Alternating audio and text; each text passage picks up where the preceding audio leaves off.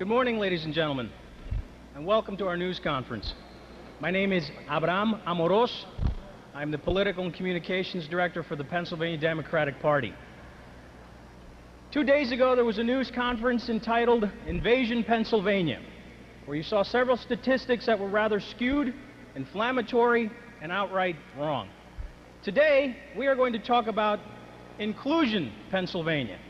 And I'll start off with a story about justice. The teacher sat with the student in ancient Greece, and the student asked him, "Teacher, when is justice coming to Athens?" And the teacher responded, "Justice will only come to Athens when those that are not discriminated against are just as indignant as those that are." And as you can see today, we have a display of collaboration and support from non-Latino faces, those that were not singled out in Monday's news conference. Pennsylvania is one of the richest states in the nation, made up of immigrants. Where would we be without our strong influence of the Pennsylvania Dutch in South Central Pennsylvania?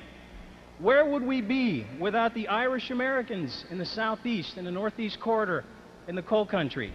Where would we be without our Polish and our Slavic influences that built the steel in Western Pennsylvania?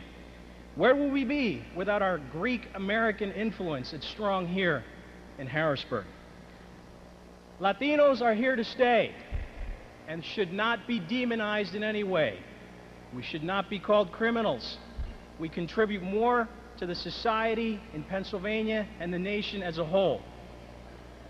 There are certain flaws that I would like to point out that came about on Monday. For starters, there was a report that appeared in the Allentown Morning Call on Saturday talking about 310,000 instances of crime in Pennsylvania. Yet, the report that you saw on Monday singled out 1%, 3,100, of crimes that were reported, not actually convicted of, didn't talk about the acquittals, and then named 8 names, 7 of which were Latino.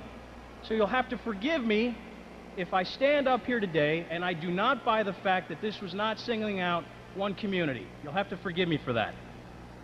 These were charges, not convictions. And I was particularly offended, as many were, by the use of the word illegal invaders. Last time I heard the word invaders, it was in a video game, not to demonize and dehumanize people. Using fear as a political tool is not the way to go in Pennsylvania. It's not the way to go for any political party. We should seek to understand each other rather than to demonize. Folks, we advocate legal immigration. No one here is pro-illegal immigration. Let's make that abundantly clear this morning. And this is also a federal issue, as evidenced by the Hazleton Ordinance, which was struck down as unconstitutional. And as a taxpayer, and if I were a resident of the municipality of the city of Hazleton, I would ask, why are $2.4 million of my hard-earned tax dollars going to pay for legal fees and fines on something that is blatantly unconstitutional? Where is the justice in that? We are also pro-law enforcement. Folks, if you commit a crime, you should be charged, you should be convicted, and you should be punished, whether you are here undocumented or legally. And if the Republican Party wishes to talk about law enforcement, let's put money into more police officers, let's put more money into preventing crime. I am going to turn the program over to several speakers this afternoon who have statements to make, to dispel some myths, and to really show support for the growing Latino community in Pennsylvania. We should not be demonized, we should not be dehumanized.